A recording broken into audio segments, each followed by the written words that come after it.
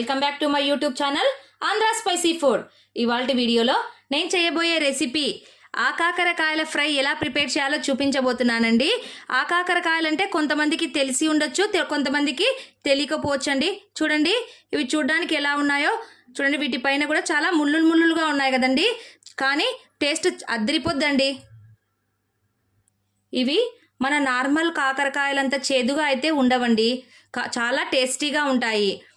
కానీ ఇవి రేటు కూడా ఎక్కువేనండి, మన సైడ్ అయితే దొరకవు. అందుకోసం అనేసి ఈరోజు మీకు అందరికీ నేను కాకరకాయల ఫ్రై ఎలా చేయాలో చూపించబోతున్నానండి. వీడియోని ఎక్కడా స్కిప్ చేయకుండా లాస్ట్ వరకు చూడండి. నా వీడియో నచ్చినట్లయితే ఒక లైక్ చేయడం మాత్రం మర్చిపోవద్దండి. ఇంకా ఎవరైనా నా ఛానల్ను సబ్స్క్రైబ్ చేసుకొని వాళ్ళు ఉంటే తప్పకుండా సబ్స్క్రైబ్ చేసుకోండి. ఇక లేట్ ఎందుకు, కాకరకాయల ఫ్రై ఎలా చేయాలో చూద్దాం రండి. మరి ఈ కాకరకాయల్ని శుభ్రం చేసుకోవడం కోసం నేను ఈ బౌల్లోనికి వేసేసుకుంటున్నానండి. ఈ కాకరకాయలు చాలా మందికి తెలిసి ఉండొచ్చండి, తెలియని వాళ్ళ కోసం చూపిస్తున్నాను చూడండి. ఇవి కాస్ట్ కూడా ఎక్కువేనండి, కానీ మనలాగా చేదు ఉండవు, చాలా టేస్టీగా ఉంటాయి.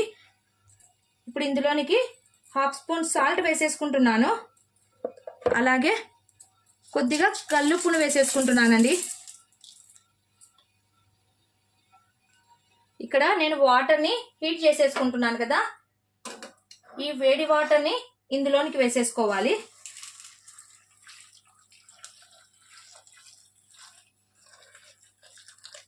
ఈ కాకరకాయలు కొద్దిగా పైన చూడండి అంత ముళ్ళు లాగా ఉన్నాయి కదా, అందుకోసం అనేసి నేను ఏమన్నా ఇందులో మట్టి అలాగా ఏమన్నా పురుగులు ఉంటాయనేటటువంటి ఉద్దేశంతో చూడండి, చూడ్డానికి కూడా ఎలా ఉన్నాయో అంత ముళ్ళులాగా కనిపిస్తున్నాయి కదా, అందుకోసం అనేసి వేడి నీళ్ళు వేసుకొని క్లీన్ చేసుకుంటున్నానండి.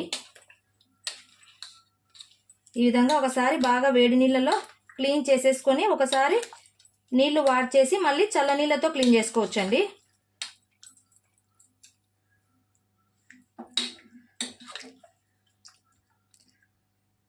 వేడి నీళ్ళు వాడ్చేసానండి. ఇప్పుడు ఇందులోనికి చల్ల నీళ్ళు వేసేసుకొని ఒకసారి చేత్తో బాగా శుభ్రంగా కడిగేసుకొని పక్కన పెట్టేసుకోవాలి.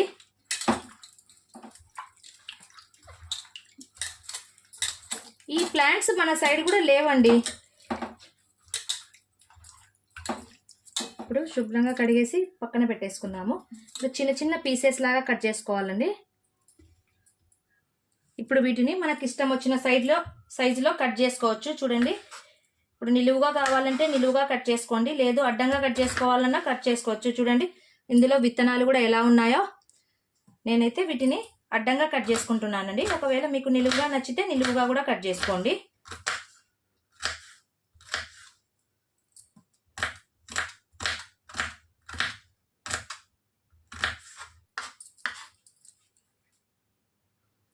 అన్నిటిని ఈ విధంగా కట్ చేసుకున్నాను. ఇప్పుడు స్టవ్ మీద కడాయి పెట్టేసుకొని ఒక 4 స్పూన్స్ లేదా 5 స్పూన్స్ ఆయిల్ని వేసేసుకోవాలండి. ఫ్రై అంటే కొద్దిగా ఆయిల్ ఎక్కువనే పడుతుంది కదా.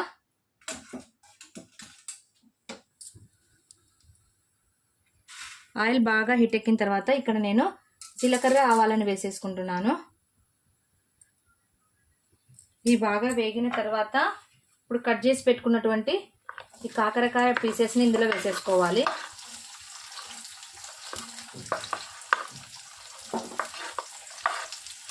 ఈ విధంగా నేను చూపించినట్లుగా ఫ్రై చేసుకుంటే ఇవి కనీసం అంటే 4 or 5 days ఉంటాయండి. పప్పులోకి నంచుకోవడానికి బాగుంటాయండి. కాకరకాయలు వేసిన వెంటనే ఒక్కసారి వీటిని పైకి కిందికి ఈ విధంగా కలిపేసుకొని ఇప్పుడు కొద్దిగా సాల్ట్, పసుపుని యాడ్ చేసేసుకున్నాము. చూడండి, 1/2 స్పూన్ సాల్ట్ వేసేసుకుంటున్నాను. కొద్దిగా పసుపు యాడ్ చేసేసుకోవాలి. ఇప్పుడు మూయకుండా వీటిని ఒక 10 minutes లో టు మీడియం ఫ్లేమ్లోనే ఫ్రై చేసుకోవాలండి. మరి హై ఫ్లేమ్లో ఉంటే ఇవి మాడిపోతాయి కదా, అందుకోసం అనేసి మూత మూయకండి. మూత మూస్తే త్వరగా మెత్తబడిపోతాయండి, క్రిస్పీగా ఉండవు. 10 minutes అలాగే వదిలేద్దాము. కాకరకాయలు ఫ్రై అయ్యేలోపు ఇప్పుడు ఇందులోనికి వెల్లుల్లి కారాన్ని ప్రిపేర్ చేసుకుందాము. అందుకోసం నేను ఇక్కడ 2 స్పూన్స్ కొబ్బరి పొడిని వేసేసుకున్నాను. ఇక్కడ ధనియాల పొడిని 1 స్పూన్ తీసుకున్నానండి, 1/2 స్పూన్ జీలకర్రని తీసుకున్నాను, అలాగే 1 స్పూన్ మిర్చి పౌడర్ని తీసుకున్నానండి, ఒక 10 వెల్లుల్లి రెబ్బలను తీసుకున్నాను. ఇప్పుడు వీటన్నిటిని మిక్సీ పట్టేసుకుంటాను. ఆకాకరకాయలు హాఫ్ ఫ్రై అయిన తర్వాత ఇప్పుడు ఇందులోకి నేను కొన్ని ఫ్రెష్ కరివేపాకును వేసేసుకుంటున్నానండి. ఇంకో 5 మినిట్స్ బాగా ఫ్రై చేసేసుకుందాము.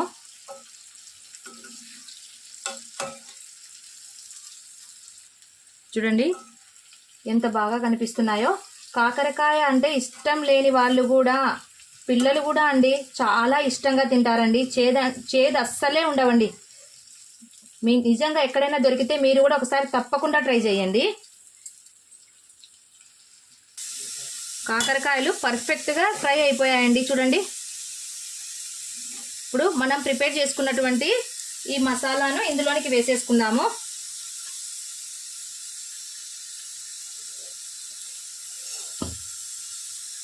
వేడి వేడి రైస్లోకి ఏ కర్రీ కూడా పనికిరాదండి, అంత టేస్ట్ ఉంటుంది. ఎన్ని రోజులైనా ఈ విధంగా వెల్లుల్లి కారం వేసుకొని ఫ్రై చేసుకున్నాము అంటే ఒక 1 వీక్ అయినా సరే అండి, చెడిపోదండి, అలాగే ఉంటుంది. వెల్లుల్లి వేస్తూనే ఆ స్మెల్లే వేరు కదండి. ఏ ఫ్రైలోకైనా వెల్లుల్లి కారం వేస్తే అంత టేస్టీగా ఉంటుందండి. చూడండి ఎంత కలర్ఫుల్గా కనిపిస్తుందో.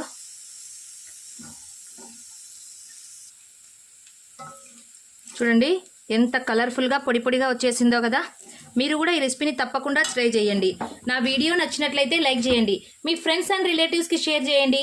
మరిన్ని సింపుల్ అండ్ టేస్టీ రెసిపీస్ కోసం నా ఛానల్ని సబ్స్క్రైబ్ చేసుకోవడం మాత్రం మర్చిపోవద్దండి. Thank you for watching. Take care. Bye.